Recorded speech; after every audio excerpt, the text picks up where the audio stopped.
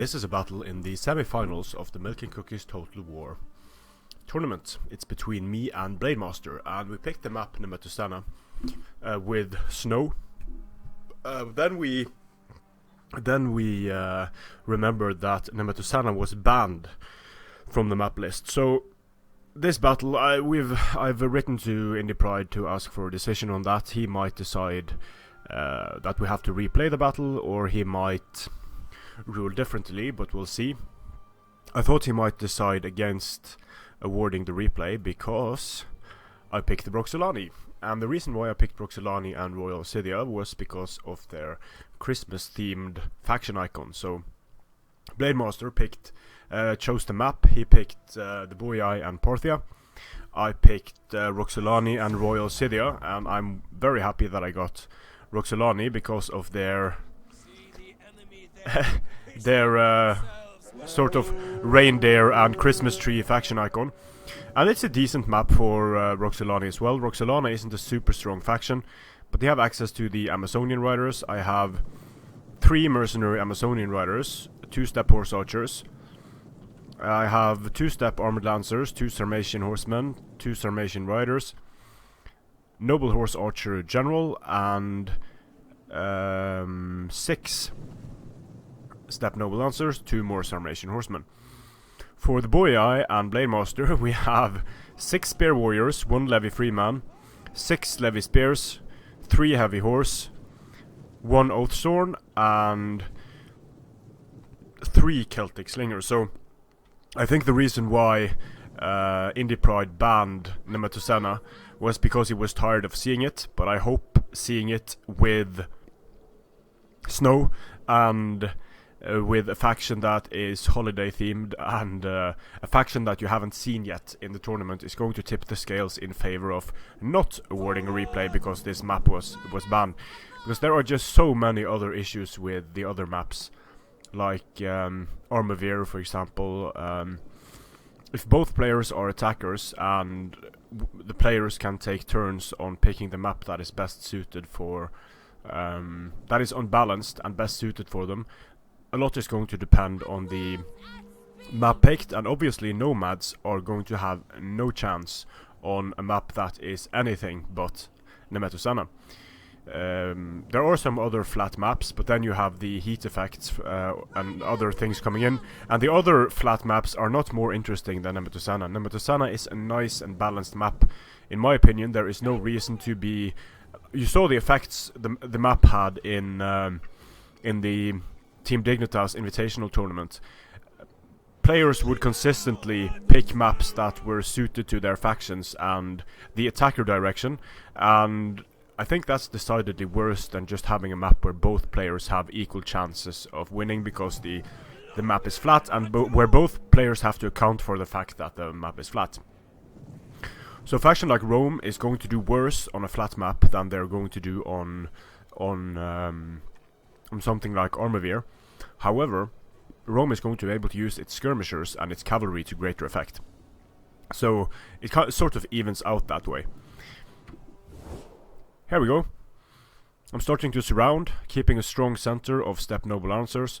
He has 3 Celtic slingers inside of his box here that I need to be wary of. He's going to face both backwards and forwards to stop his guys from getting attacked in the rear and shot in the rear, which is a good move. He's also going to move his heavy horse back and forth, and the plan at this point is to make his heavy horse move so quickly back and forward between his front and back lines that he essentially is going to make them exhausted, make them slower, and make them very easy to kill in melee. So I'll just fast forward because this is quite a long battle. I'm going to move in and out of range with my horse archers, get a volley off, and then run back so the Celtic slingers aren't able to do too much damage to me. So the Celtic slingers missed with the volley. There's a lot of things to micro here, so I'm not going to be able to do that perfectly on all sides. You can see I've lost some mercenary Amazonian riders. They are firing at the back of the Oathsworn general. The general turned around, so now they're not firing at his back, so I'm just going to stop firing. Don't want to waste any ammunition. Using my mercenary Amazonian riders to do damage to his heavy horse. Ideally I want to take his heavy horse off the field. Again, baiting fire with the fire with the mercenary Amazonian riders, making his heavy horse move back and forth a lot.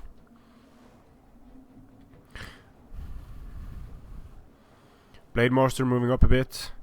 I'm going to keep one unit on each side so that the heavy horse doesn't have anywhere to run to. Wherever they go, they're going to be greeted by fire from my horse archers. So this is the difficult situation for them. They have to move, but they are already winded.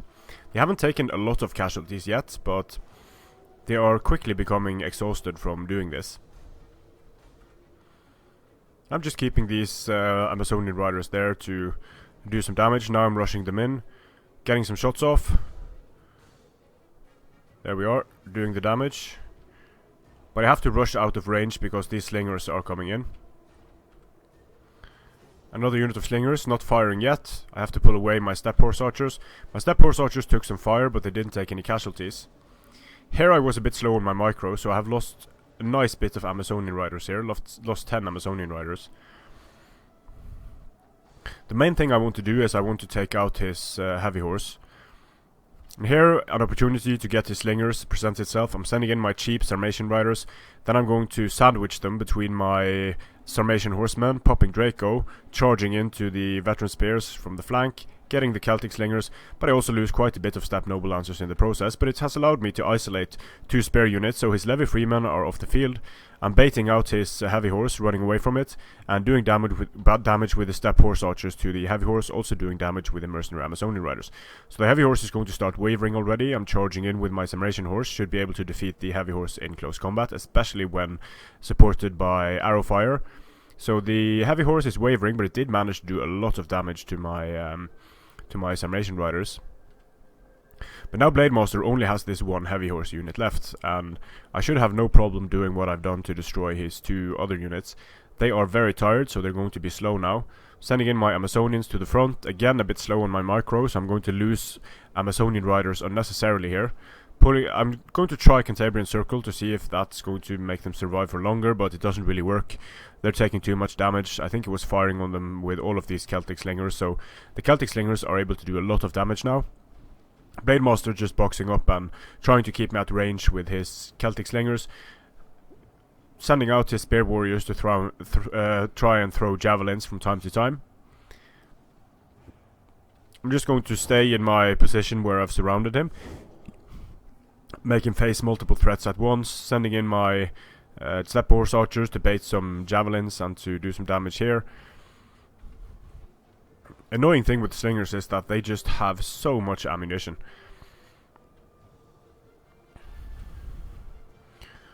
Steppe horse archers getting some shots in against the slingers, pulling away before I'm taking casualties. Same thing over here. This is just a long and slow methodical game where I have to pick my engagements because the slingers are going to defeat my horse archers at range. I haven't really used my noble horse archers yet. I want to save them for important units. This unit is so depleted that I'm just going to send it in to bait javelins from these veteran spears. I managed to bait a nice volley of javelins there, trying Cantabrian Circle again to increase my shots per minute. But they're still taking a lot of damage, so I just have to pull them out from there. Cantabrian Circle, not really effective. Celtic slingers going down finally to some missile fire. And now he only has 1 unit of Celtic slingers left. Good for me, because now I can move in and skirmish from a lot of different sides. So although the balance of power has been decidedly against me the entire battle, things are starting to look a bit better at least. So the Celtic slingers off the field, now I can pull back my noble horse archers, already gotten a lot of kills on them. His cavalry is basically off the field, getting a nice charge against the veteran spears, pulling out. They're going to activate cavalry counter tactics, but I got out in time fortunately. Celtic slingers moving up to skirmish against my noble horse archers. Just staying here in the surrounded position, pulling away from the javelins, baiting javelins. I want to deplete his javelins before the final engagement starts, baiting some more javelins. So that's 2 volleys down. I didn't really lose much on this unit. I didn't lose anything actually. So that was good for me. His Oathstone general has taken some damage, but I want to save some arrow fire so I'm able to take out his general easily. Although my units are resistant to the effects of cold, I have to move around a lot more than Blademaster has here, and that's going to make my Sarmatian horse and horse archer units very tired. So Blademaster is managing his fatigue levels well here. Using my noble horse to get some shots in on his Oathsworn. They're taking some fire, but since they have armor, they can tough it out for a bit at least. Trying to fire at the Oathsworn from both sides, getting a charge against the Spear Warriors, pulling out. I just want to get charges and rear charges whenever I can against isolated units that stray too far from their own lines, like here. Getting into the Veteran Spears, pulling away. Going for a rear charge against the Veteran Spears, pulling away. Going for a frontal charge against the Veteran Spears, pulling away. And like this, very depleted horse units can do massive damage even to Veteran Spear units. Have to pull away here because there are dangerous spear units incoming. So just waiting until they are almost on top of me. Then I'm charging into the rear of these units. The Spear Warriors are starting to waver. Getting charged again.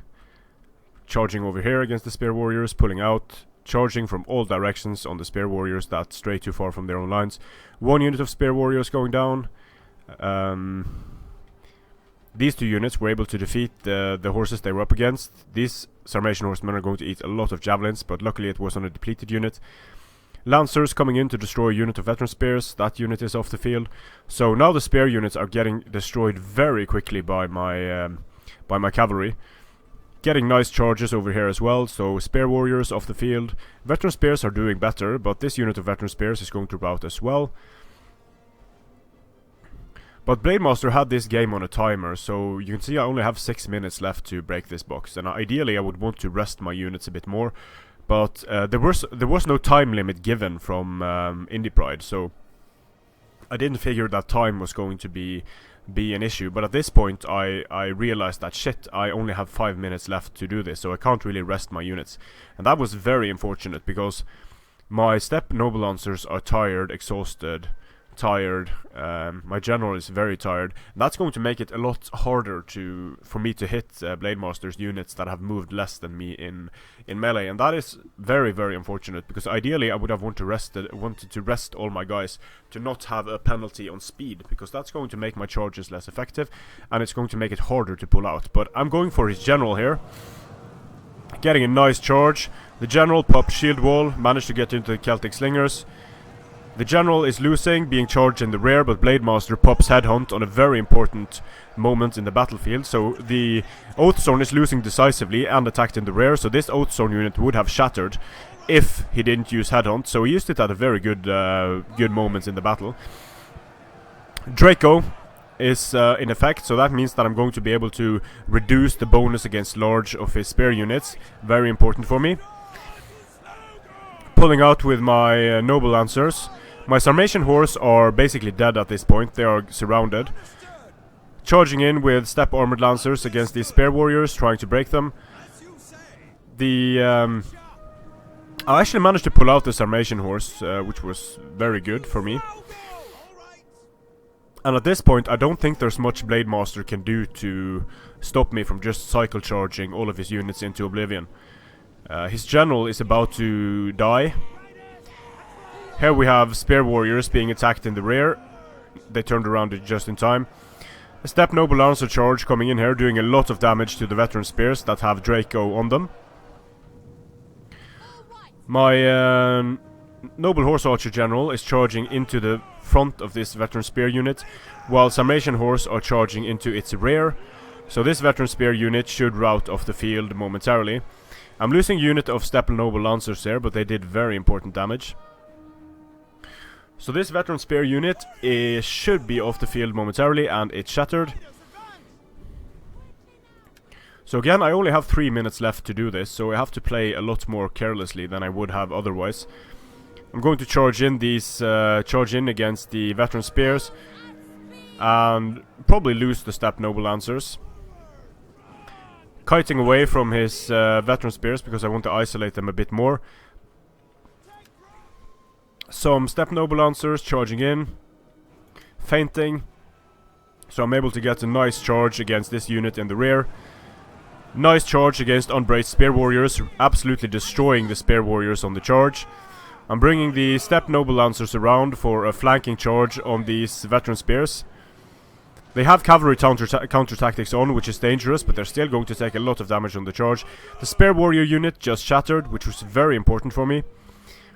And now Blademaster's units are very isolated, and it should be easy for me to pick them off one by one here. So charge incoming, knocking down a lot of the veteran spears. They're activating cavalry counter tactics, so I'm going to lose this unit of Steppe armored lancers probably. Activating Draco to reduce the effects of cavalry counter tactics. And look at all these bodies here, very nice. It's like Christmas gifts of death. So this unit is ganged up on, the veteran spears. Frontal charge, rear charge. Should be enough to break them. They are shaken. Redirecting my charge to knock his Oathsworn down. And again using headhunt, so nicely done by Blademaster in stopping his general from routing. But at this point, the general is dead. So when his general dies, my general is still fine. I still have a lot of units left. So this is very beneficial for me if I can kill his units in time. So I'm charging in against the spear warriors and against the veteran spears and against the Oathsworn. The veteran spears are going to rout off the field probably. Kiting with the Sarmatian horse so I can isolate his Oathsworn. I'm going to surround him here by charging in my...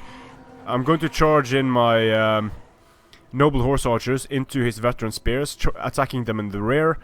His Oathsworn general is going to take a lot of casualties from being charged by these Steppe Noble Lancers. They are winning decisively. And you can see the Oathsworn dropping very nicely. But it went to a draw because the game was on a 40-minute timer. So, too bad. I hope Indie Pride won't rule for a replay because... well, it was really cool being able to use Roxolani on this map, and if the Nomads are to get any sort of play, then Nemetocenna and a few of the other boring flat maps are basically what you're going to be using them on.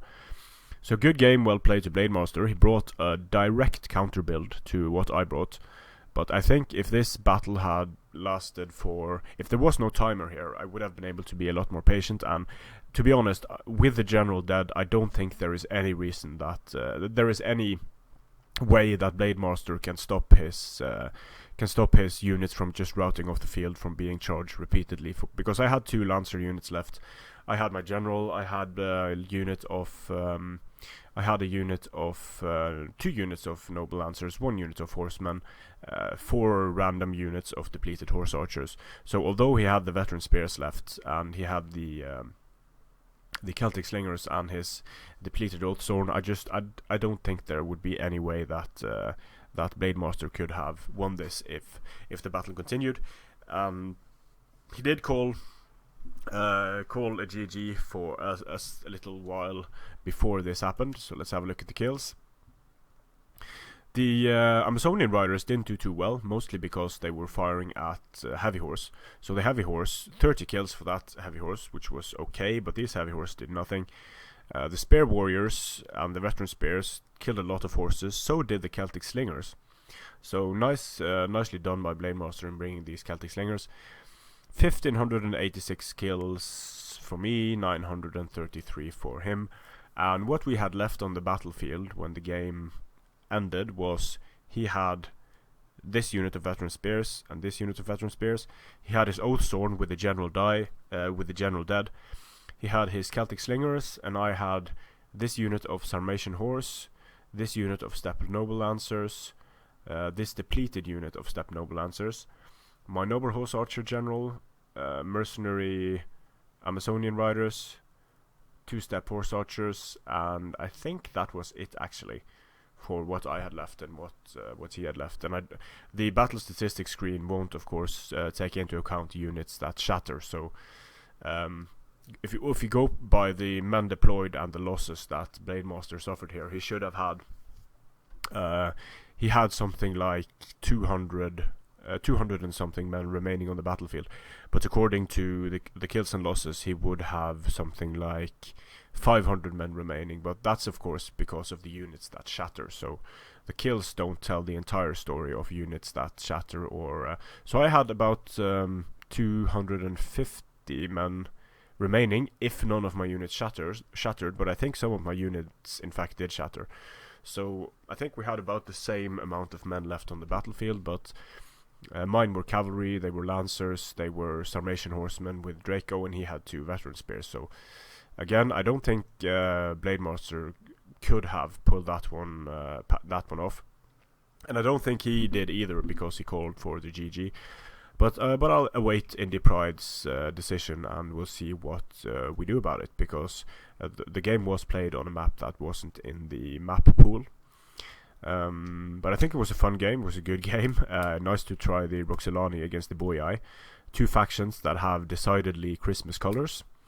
So there is nothing more left for me to say than happy holidays, and strength and honor.